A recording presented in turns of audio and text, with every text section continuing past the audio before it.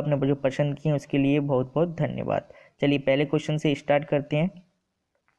स्थानांतरण को प्रभावित करने वाले कारक कौन कौन से होते हैं? जो स्थानांतरण को प्रभावित करते हैं उसके कौन कौन से वो कारक होते हैं? देखिए, सामान्यकरण भी होता है, समझदारी भी होती है, अर्जित ज्ञान एवं विभिन्न परिस्थितियां भी होती हैं, और जो उपरोक्त सभी की सभी। तो डी वाला आंसर बिल्कुल सही हो जाएगा, जो कि आपको स्थानांतरण को प्रभावित करते हैं। नेक्स्ट क्वेश्चन देखिए, सर्वश्रेष्ठ अधिगम वह है जो एक ज्ञानी अध्यापक द्वारा किया जाता है, एक छात्र के द्वारा किया जाता है, एक शैक्षिक प्रौद्योगिकी के द्वारा किया जाता है, फिर सभी के जरिए किया जाता है। जो सर्वश्रेष्ठ अधिगम होता है वो सभी के जरिए किया जाता है। नेक्स्ट क्वेश्चन देखिए, अभिप्रेरण के संबंध में कौन सा कथन इसमें से सही नहीं है? अभिप्रेरण के संबंध में यह छात्रों में रुचि बढ़ाने की क्रिया होती है। देखिए, ए वाला तो ऑप्शन बिल्कुल सही है, यह छात्रों में रुचि बढ़ाने की क्रिया है। यह व्यक्ति को लक्ष्य तक पहुंचने के लिए मजबूर करता है। चलिए बी आगे का ऑप्शन देखते हैं। ये वाला तो अभी मुझे लग नहीं रहा। यह आंतरिक एवं बाह्य दोनों प्रकार की प्रक्रिया है, तो ए भी सही है। यह क्रिया को आगे बढ़ाती है एवं उसे दिशा देती है। तो देखिए, ए वाला सही है, बी वाला सही है, डी वाला सही है, लेकिन जो अभिप्रेरण से संबंधित नहीं है वो आपका कौन सा नहीं है? बी वाला आपका नहीं है। यह व्यक्ति को लक्ष्य तक पहुंचने में मजबूर करता है, जो कि नहीं है, अभिप्रेरण से संबंधित नहीं है। नेक्स्ट क्वेश्चन देखिए, व्याकरण शिक्षण की सर्वोत्तम विधि कौन सी है? जो व्याकरण शिक्षण की सर्वोत्तम विधि है वो कौन सी है? संश्लेषण, विश्लेषण, आगमन या फिर निगम? तो कौन सी है फ्रेंड्स? जो व्याकरण संश्लेषण की सबसे जो व्याकरण शिक्षण की सर्वोत्तम विधि है वो है विश्लेषण विधि है। कौन सी है? विश्लेषण विधि है। बी वाला आंसर बिल्कुल सही हो जाएगा। नेक्स्ट क्वेश्चन देखिए, कक्षा शिक्षण को छात्रों को ध्यान आकर्षण करने के लिए उपयुक्त है। कक्षा शिक्षण में छात्रों का ध्यान आकर्षण करने के लिए सबसे ज्यादा उपयोगी क्या है? दृश्य श्रव्य सामग्री का प्रयोग सही है। पाठ के विकास में छात्रों का प्रयोग बिल्कुल सही है। पाठ को रोचक बनाया जाना चाहिए, ये भी सही है। यानी उपयुक्त डी, तीनों की तीनों फॉर्मेट बिल्कुल ही ऑप्शंस बिल्कुल सही हैं कक्षा शिक्षण में छात्रों का ध्यान आकर्षण करने के लिए। नेक्स्ट क्वेश्चन देखिए, एक श्रेष्ठ अध्यापक का सर्वाधिक महत्वपूर्ण कार्य क्या होता है? जो एक श्रेष्ठ अध्यापक होता है उसका सर्वाधिक महत्वपूर्ण कार्य क्या होता है? चलिए ऑप्शंस देखते हैं। परीक्षा उत्तीर्ण करने में बालकों की सहायता करना, सही है। अच्छा खिलाड़ी बनने हेतु बालकों की सहायता करना, तो ये सर्वाधिक महत्वपूर्ण कार्य पूछा है, तो ए वाला ऑप्शन तो यहाँ पर पहले सही है। आगे की भी देख लेते हैं। अच्छा खिलाड़ी बनने हेतु बालकों की सहायता करना, या फिर बालकों में चिंतन योग्यता का विकास करना, या फिर बालकों में पुस्तकों के प्रति प्रेम पैदा करना। तो देखिए, एक श्रेष्ठ अध्यापक का जो महत्वपूर्ण सर्वाधिक कार्य होता है, ए वाला ये ऑप्शन आपके सामने ने है, परीक्षा उत्तीर्ण करने में बालकों की सहायता प्रदान करना। चलिए नेक्स्ट क्वेश्चन देखिए,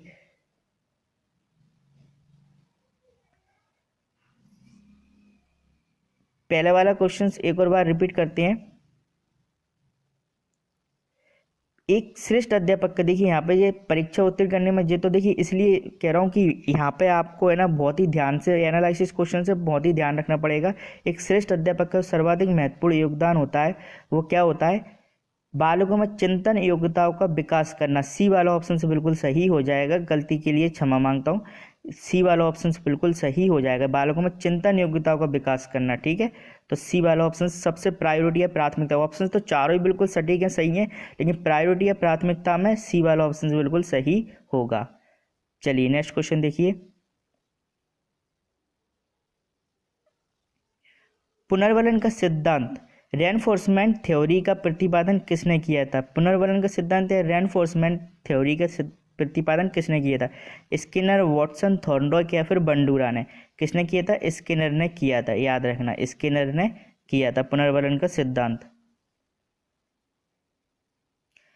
बच्चे के होठों तथा बाक अंगों की बनावट के अनुसार कौन सी ध्वनि सबसे पहले बनती है? सबसे पहले बनती है। तो देखिए बहुत ही इंपॉर्टेंट क्वेश्चन है, इसमें दो तरीके से प्रश्न पूछा जाता है घुमा फिरा कर।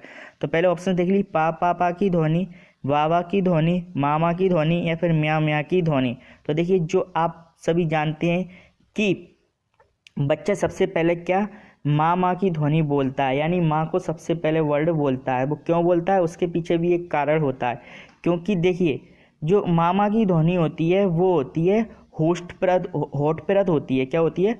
होठों के द्वारा बोले जाने वर्णों की प्रायोरिटी के आधार पर होती है। अब होठ वर्ड कौन कौन से होते हैं? पा वर्ग के अंदर आने वाले पा, फा, बा, मा। कौन से? पा, पा, फा, बा, माँ। ये सारे के सारे जो वर्ड आते हैं जो होठ के द्वारा बोले जाते हैं, ठीक है, पा, फा, बा, माँ। तो याद रखना, देखिए बच्चा इतना, बच्चे का जो बोलने का जो तरीका रहता है वो पहले, सबसे पहले किससे शुरू होता है? होठों से होता है। किससे होता है? होठों से होता है। और होठों में सबसे पहले वो कौन सा वर्ड बोलता है? सबसे आखिरी वर्ड जो बिल्कुल सरल हो, सबसे आखिरी वर्ड जो सबसे सरल हो। और सबसे सरल वर्ड कौन सा होता है? माँ। तो माँ के आधार पे वो पूरी तरीके से माँ नहीं बोल पाता, माँ पूरी तरीके से नहीं बोलता, सिर्फ माँ बोलता है, याद रखना। उसके बाद बोलता है वो पा बोलता है। क्या बोलता है? पा बोलता है। तो हमेशा याद रखना, जो होठ से बोले जाते हैं वर्ड वो कंठ से नहीं बोल पाता। पहले शुरुआती बच्चा जो होता है कंठ से नहीं बोल पाता, क्योंकि उसका कंठ इतनी तरीके से विकसित नहीं हो पाता, ना कि तालु से बोल पाता, ना मूर्धन्य से बोल पाता। सबसे पहले किससे बोला जाएगा? वो होस्ट या होठों से बोले गए जो शब्द सरल होते हैं वो बोलता है, ठीक है, याद रखना। बहुत ही इंपॉर्टेंट क्वेश्चन इसलिए। और ये हमेशा याद रखना जी किस वर्ग में आते हैं? पा वर्ग में आते हैं। कभी जी अगर सारे के सारे ऑप्शन नहीं हो और वर्ग पूछ ले, पा वर्ग, माँ, पा वर्ग, का वर्ग, तो याद रखना जी, नहीं तो आप ऑप्शन से गलत कर दो, पा वर्ग, कंफ्यूज मत होना। पा वर्ग है और पहला जो वर्ड है वो माँ है, ठीक है। टीएटी की रचना की थी। अब याद रखना टीएटी क्या है, पहले तो आपको याद होना चाहिए कि टीएटी क्या है। अगर आपने डीपली शिक्षा शास्त्र पढ़ा है तो इसमें आपको, और जो करंट में घटित होती जाती शिक्षा विभाग के द्वारा जो घटना है उनको भी आपको याद रखना पड़ेगा। पहले मैं आपको बताता हूँ टीएटी क्या है। ये एक थैमेटिक अपरसेप्शंस टेस्ट होता है, थैमेटिक अपरसेप्शन टेस्ट होता है, जिसको हम हिंदी में बोलते हैं क्या? आत्मबोधन परीक्षण। क्या बोलते हैं? आत्मबोधन परीक्षण बोलते हैं। टीएटी के साथ साथ में एक कैट भी होता है। क्या होता है? जिसको बोलते हैं हम बाल अंतर्बोध परीक्षण। क्या बोलते हैं? एक कैट भी होता है जिसको बोलते हैं बाल अंतर्बोध परीक्षण, ठीक है। अब हम बात करते हैं पहले तो टीएटी की। कैट से संबंधित जो क्वेश्चन आगे आएंगे उसमें हम उसका डिस्क्राइब करेंगे, ठीक है। पहले टीएटी के बारे में बता देता हूँ थोड़ा सा यहाँ पे। तो पहले तो देखिए टीएटी की रचना किसने दी थी? ऑप्शन आपके सामने है, मॉर्गन, मैकमिलन, फ्रोवेल या फिर इनमें से कोई सा नहीं। तो आप आंसर कौन सा हो जाएगा आपका?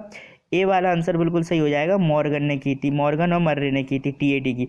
देखिए खोज जो की गई थी ना वो सबसे पहले किसने की थी? मर्रे ने की थी, याद रखना। किसने की थी? मर्रे ने की थी। वो भी कितनी? 1935 में की थी, 1935 में की थी। उसके बाद मॉर्गन ने इसमें मर्रे के साथ ही संशोधन किया था, वो भी किस में? 1938 में, 1938 में। तो ये क्या है? आत्मबोधन परीक्षण होता है टीएटी, याद रखना, बहुत ही इंपॉर्टेंट इससे क्वेश्चंस बनते हैं, जिसको क्या बोलते हैं? थैमेटिक अपरसेप्शन टेस्ट, ठीक है। हिंदी में भी आ जाता है कि आत्मबोधन परीक्षण की खोज किसने की थी? तो याद रखना मॉर्गन एवं मर्रे ने की थी। ये मरे नहीं है, ये मर्रे है, ठीक है। चलिए नेक्स्ट क्वेश्चन देखिए। मनोविज्ञान की दृष्टि में अधिगम का क्या अर्थ है? मनोविज्ञान की दृष्टि में अधिगम का क्या अर्थ है? चलिए ऑप्शंस देखते हैं। विषय वस्तु का ज्ञान होना, विषय वस्तु को रट लेना, व्यवहार में वांछित परिवर्तन लाना, या फिर व्यवहार में सुधार लाना। तो ऑप्शंस आपका कौन सा सही हो जाएगा? सी वाला आंसर बिल्कुल ही सही हो जाएगा। व्यवहार में वांछित परिवर्तन लाना, अधिगम का सिद्धांत क्या होता है? व्यवहार में वांछित परिवर्तन लाना। शिक्षक को अपने छात्रों को नाम जानना चाहिए, इसका मुख्य लाभ क्या होता है? शिक्षक को अपने छात्रों का नाम जानना चाहिए, इसका मुख्य लाभ क्या होता है? तो ऑप्शन देखिए, छात्र गलत कार्य करने से डरेंगे, नहीं। छात्र अनुशासित होंगे, नाम जानने से इस पर कोई फर्क नहीं पड़ेगा। छात्रों के साथ शिक्षक का संबंध बढ़ेगा, ये बिल्कुल सही है। जितना शिक्षक छात्रों के नाम जानेंगे उतना ही शिक्षक का छात्रों के साथ संबंध स्थापित होगा। तो सी वाला ऑप्शन से बिल्कुल सही है। नेक्स्ट क्वेश्चन देखिए। आपके द्वारा पढ़ाया गया पाठ यदि बच्चों को अच्छी तरह समझ में नहीं आया तो आप क्या करेंगे? अपनी विधि में सुधार करेंगे, या उन्हें गाइड से पढ़ने को कहेंगे, या किसी और से पढ़ने को कहेंगे, या ट्यूशन पढ़ने की सलाह देंगे? तो हमेशा याद रखना इस प्रकार के एनालिसिस क्वेश्चंस में आपको सटीक उत्तर छाड़ना होता है। अपनी विधि में सुधार करेंगे, ए वाला ऑप्शन से बिल्कुल सही है। पढ़ाने की विधि में सुधार करेंगे। दंड और पुरस्कार सामाजिक प्रक्रिया में सहायक होते हैं, क्योंकि दंड और पुरस्कार सामाजिक प्रक्रिया में सहायक होते हैं, क्योंकि दंड और पुरस्कार इनके भय व प्रोत्साहन से बालक समाज विरोधी कार्य नहीं करता और सामाजिक कार्य करता है। ए वाला ऑप्शन ज़्यादा सही है। आगे भी देखते हैं।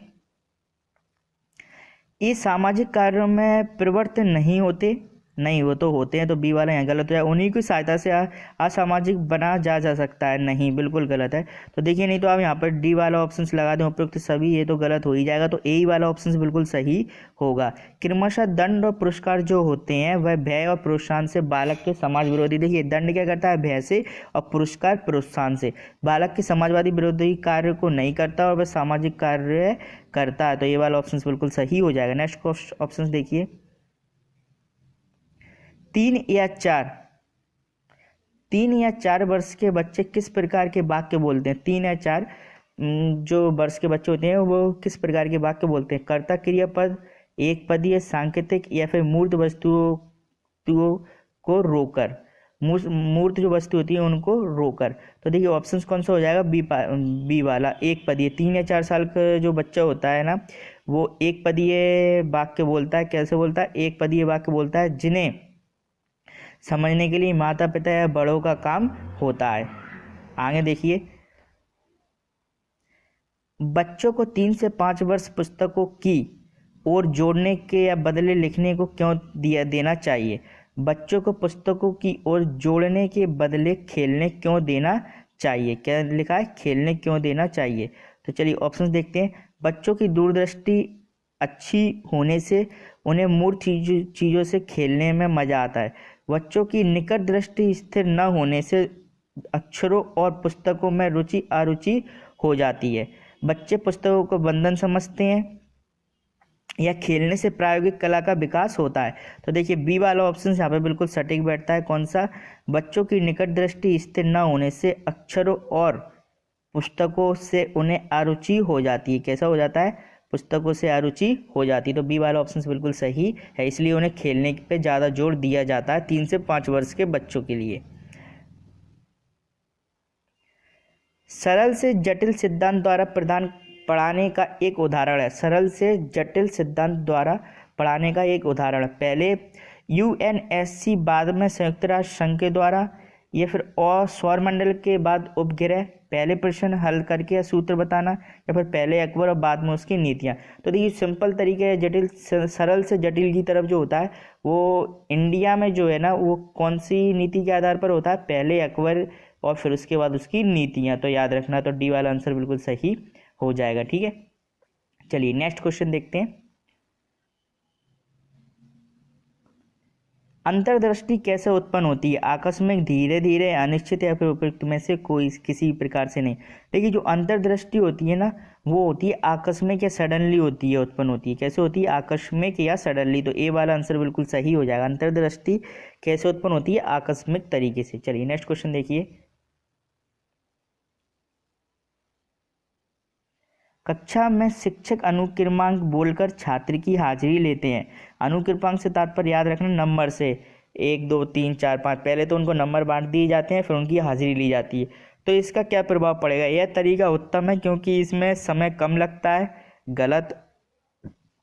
यह तरीका लोकप्रिय है क्योंकि सभी स्कूलों में ऐसा होता है, ये भी गलत है।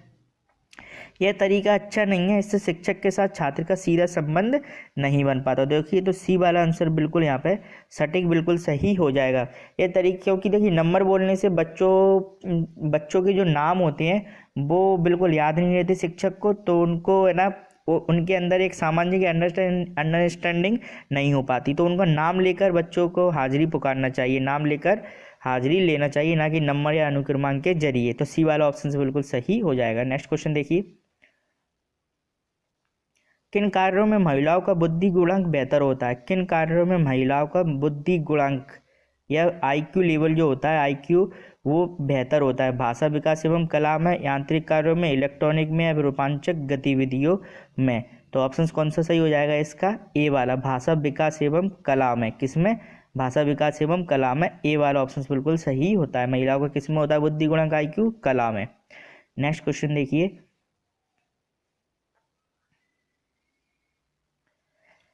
किन कार्यों में पुरुषों के बुद्धि गुणांक बेहतर पाए गए हैं। देखिए महिलाओं के तो कला और क्षेत्र में पाए गए, पुरुषों के किस में पाए गए हैं?